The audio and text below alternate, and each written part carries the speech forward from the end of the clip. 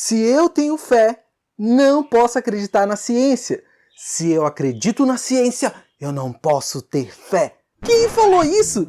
Quem inventou esse negócio? Eu quero te falar nesse vídeo que fé e ciência não são rivais como muitos aplicam. Fé e ciência não dualizam. Eu me chamo Gedrian, você está na Espiritualidade Artesanal e eu quero mostrar por uma série de fatos e argumentos, não só na Bíblia, que Deus deixou uma fé que não é inimiga da nossa ciência atual.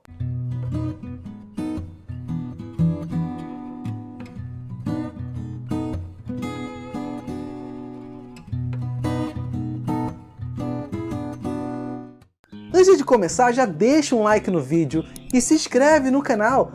Toda semana eu estou trazendo um material de fé e contextualizado, de uma forma bem simples, sem muitos jargões, mas de uma maneira direta e que vai edificar a sua vida. E se você tiver alguma coisa a mais para acrescentar, coloca nos comentários que eu mesmo leio, respondo e gosto muito de ter a sua contribuição aqui. Para começar, eu quero te mostrar as definições de fé e ciência de acordo com o que está na internet. Sim, você joga no Google e você sabe o que é ciência e sabe o que é fé. E eu quero te mostrar o que está escrito sobre ciência e fé na nossa querida internet. No Google, a definição de ciência está muito legal. Diz assim: conhecimento atento e aprofundado de algo. Corpo de conhecimentos sistematizados adquiridos via observação, identificação, pesquisa e explicação de determinadas categorias de fenômenos e fatos, e formulados metódica e racionalmente. Na própria internet, tem fé. Só que fé já é uma definição que o Wikipedia deixa da seguinte maneira: fé é a adesão de forma incondicional a uma hipótese que a pessoa passa a considerar como sendo uma verdade, sem qualquer tipo de prova ou critério objetivo de verificação, pela absoluta confiança que se deposita nessa ideia ou fonte de transmissão.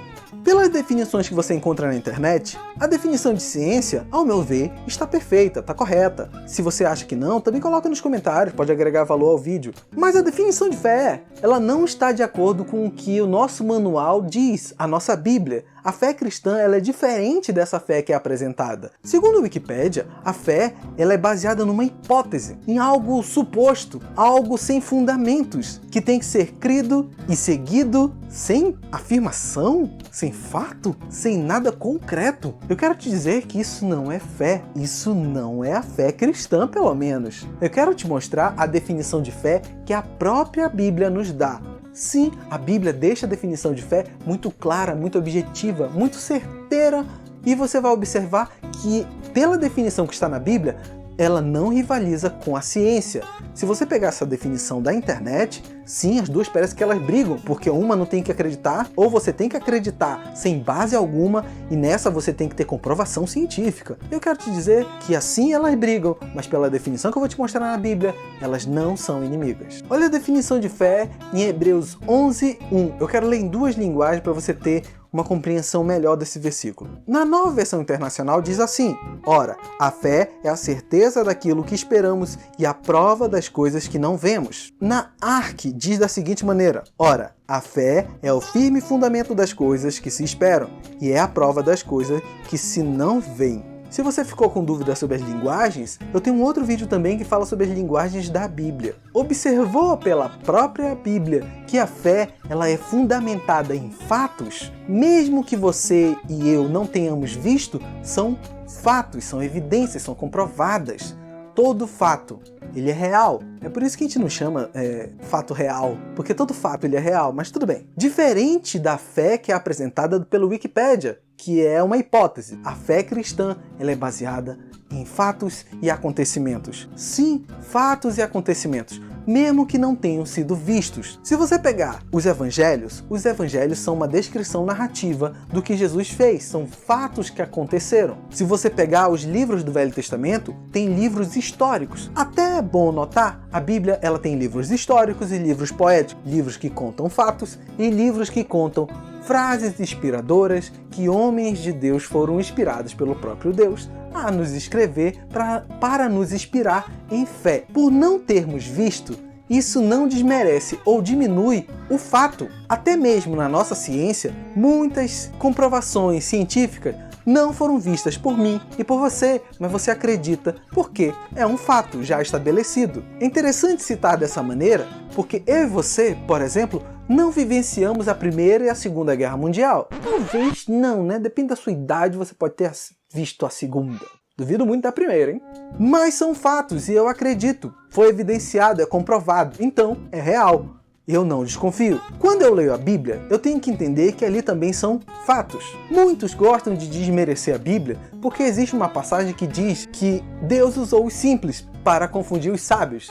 E com isso, acredito que toda a Bíblia ela é feita por pessoas simples, que foram mais humildes e quem sabe podem não ter usado um método científico. Mas eu quero te lembrar que não é verdade. Um exemplo bem claro é o livro de Lucas. Lucas era um médico. Médicos usam métodos científicos, usavam um critério, usavam de verdade, usavam de fatos, somente fatos era o que interessava a ele. E no livro de Lucas, no capítulo 1, ele já fala que ali foram escritos e narrados fatos e evidências sobre a caminhada de Jesus sobre essa terra. Aquilo ali não são historinhas, não são inventados. Ele documentou, conversou com pessoas que viram.